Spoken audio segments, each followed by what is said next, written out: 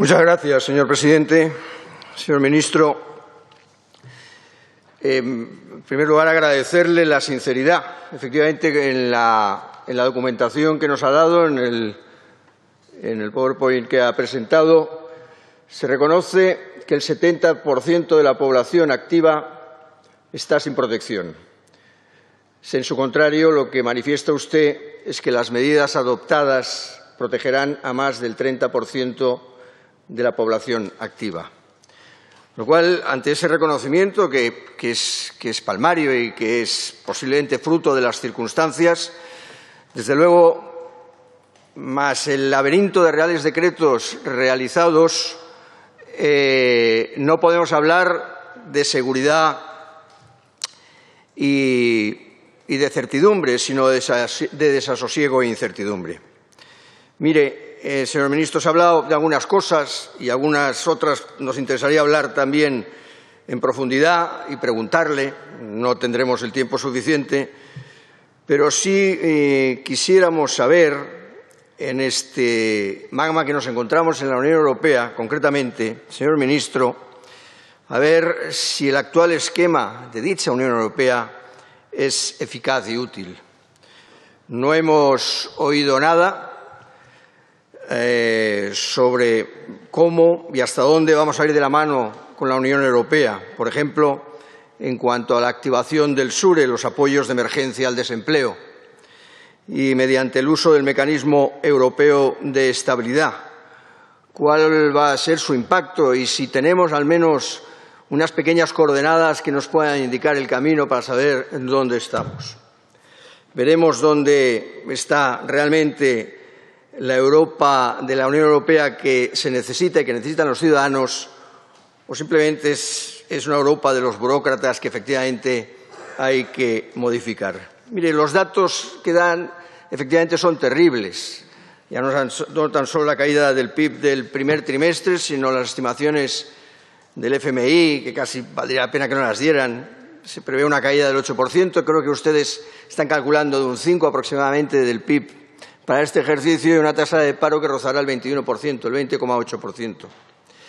Y es que efectivamente tenemos un galimatías y una incertidumbre, como le comentaba al principio, en relación a todos los reales decretos que se han dictado, a toda la norma que se ha lanzado con una indudable falta de técnica legislativa, sin perjuicio de la intencionalidad ideológica que se iba traduciendo en mucha de ella.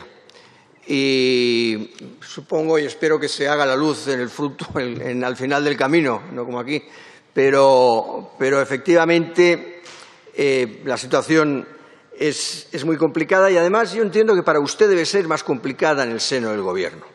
Conociendo su trayectoria, su biografía, pues debe pasar momentos complicados.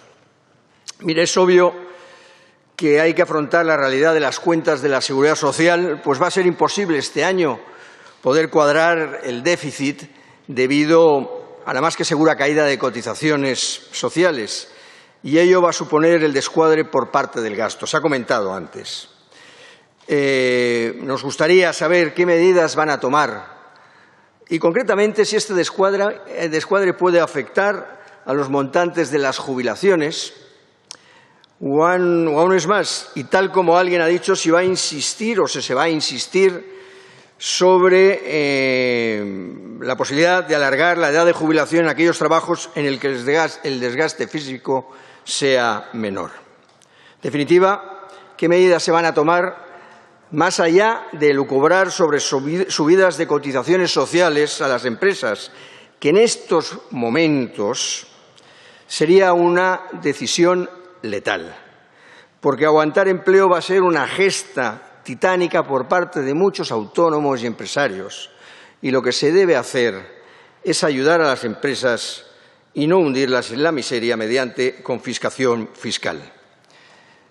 La situación actual nos ayudará, y seguro que a usted y a todos los técnicos que están en el Gobierno les ayudará a ser conscientes de la necesidad del control del déficit, que es una herramienta esencial para poder tener margen de maniobra en situaciones excepcionales como las que nos encontramos. Es palmaria la importancia, como se ha dicho, de los autónomos, de las pymes. Y queremos insistir en ello. Háganles caso a los autónomos. Son los que están en la calle, son los que están en los puestos de trabajo, son los que abren las persianas, son la España que madruga, son los que están al pie de la calle. Posiblemente debe haber ahí diferencias en el seno del Gobierno sobre cómo ayudar, porque efectivamente si no se puede trabajar y les obligamos a no trabajar, no les podemos obligar a pagar. No podemos obligar a pagar costes a aquellos que no tienen ningún tipo de ingreso y no tienen la posibilidad de tener ingreso.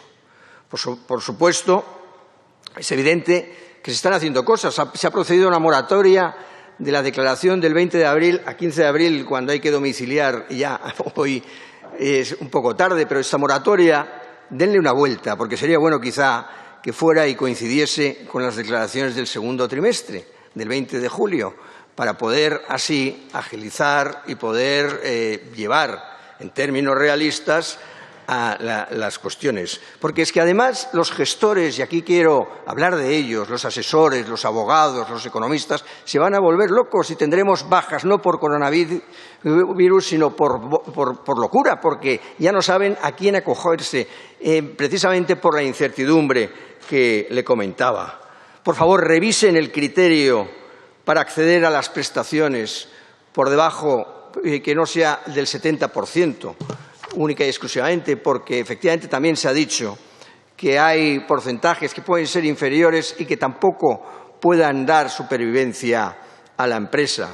Facilitar a las madres autónomas, que lo hemos oído también, la reincorporación a la actividad, que se reincorporaron, a la actividad en el 2020 para que accedan a la prestación, porque no pueden acceder según la letra de la ley.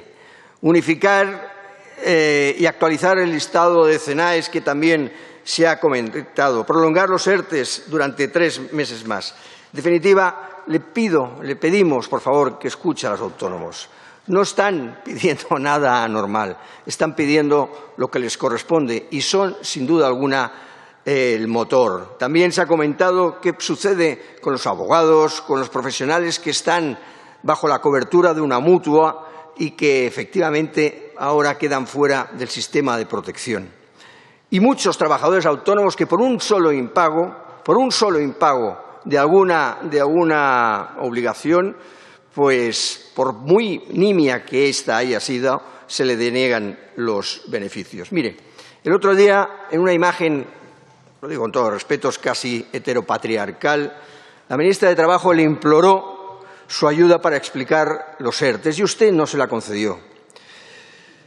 Le pediría, por favor, si nos puede aclarar por qué casi un mes después de la publicación del Real Decreto 8/2020 de 17 de marzo, todavía no se ha desarrollado normativamente la disposición adicional sexta. El compromiso, acuérdese, el compromiso mantenido de empleo de los 6 meses tras empleos a excepción, la prohibición de despedir que se decía. Intento acabar, señor presidente. No se ha tramitado. Y me gustaría, por favor, si nos puede confirmar usted lo manifestado por la Abogacía del Estado en sus oficios de 3, 7 y 11 de abril, aclarando que dicha disposición adicional sexta solo se aplica a los ERTES de fuerza mayor, el artículo 22, y no a los ERTES por causas objetivas del artículo 23. También solicitamos la modificación del cuadro de enfermedades profesionales a fin de incluir como enfermedad profesional al personal sanitario. Y algo muy importante, señoría, señor ministro, Fuerzas Armadas, seguridad tanto del Estado local como autonómica y funcionarios. Mire, en el procedimiento de actuación de 8 de abril, publicado por este Ministerio, se dice que dicho personal es personal de baja probabilidad de exposición. ¿Pero qué lleva al Ministerio a considerar que dicho personal es de baja probabilidad de exposición? Debe revisarse dicha catalogación, porque si no el ministro de Interior no va a dar práctica y no va a ayudar efectivamente a que tengan los EPIs adecuados. Y como se acaba el tiempo, continúo posteriormente. Gracias. Gracias, señor Ezcorbe. Si no le importa a nadie.